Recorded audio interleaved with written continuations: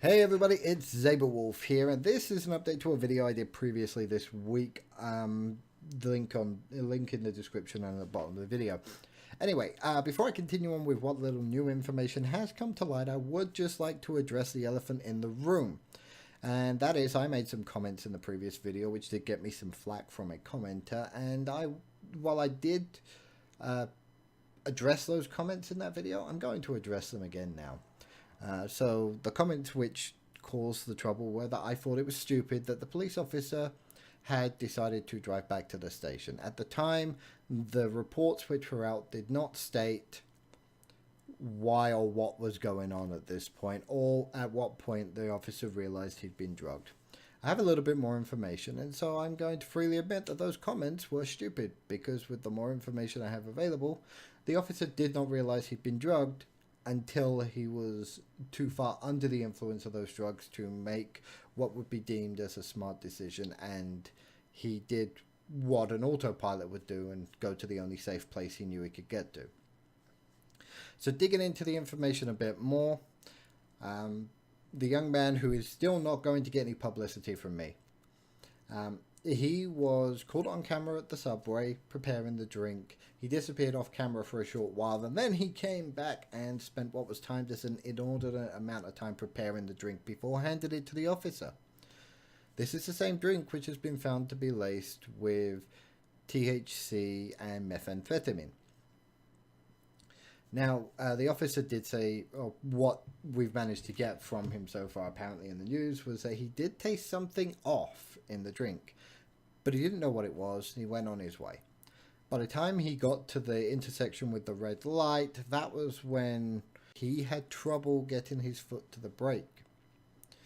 By this time, his reasoning faculties would be completely out the window, so he made a beeline for the station, which I have no doubt at this point he was heading in the first place because he was on his lunch. He was no doubt heading back to sit in the break room or finish his day, one of those two. He made it back to the station without anybody getting hurt, no accidents happening, which is a miracle if you ask me. But it's even more of a miracle for this young man who was arrested under the investigation of surreptitious administration of a substance, which is only a second-degree felony. Now, had there been accidents, had people been injured or killed, that arrest statement would have been a heck of a lot worse than it is. Now, somehow he did manage to post a $10,000 bail and was released from jail shortly thereafter. And no criminal charges at this time have been filed. That doesn't mean they're not going to be filed. It just means that the police are still gathering information before they decide to make a decision. If this young man is not charged, I would like to know why.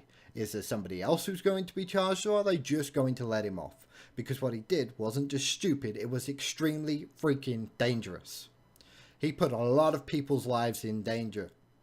Now, of course, if they find him innocent, as in they cannot find enough evidence and they find it on somebody else, again, I would like to know. Because I'd like to direct my ire and anger at that person instead.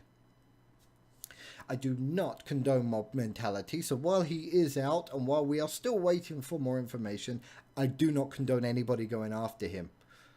They're just going to make things worse. As for the officer, we still don't know his name. Obviously, that's a good thing. Give his family some privacy and some protection.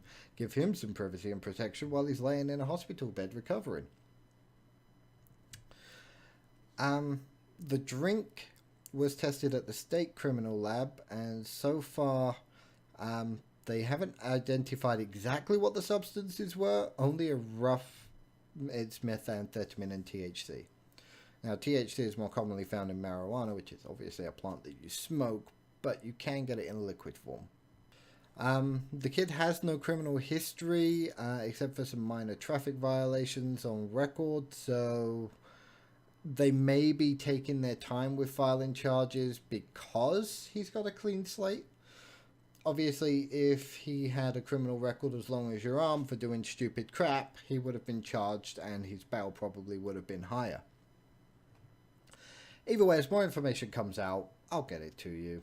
I'm sure there are others who are reporting on this, but this is so close to home. I currently live in Utah.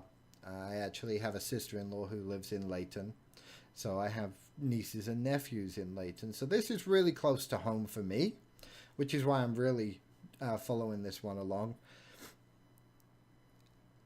I really don't know what more to say at this point. Again, I'm sorry for my comments in the previous video, which, given this information, were really not well placed or well thought out. This is me, Zaberwolf, signing off. Ciao for now.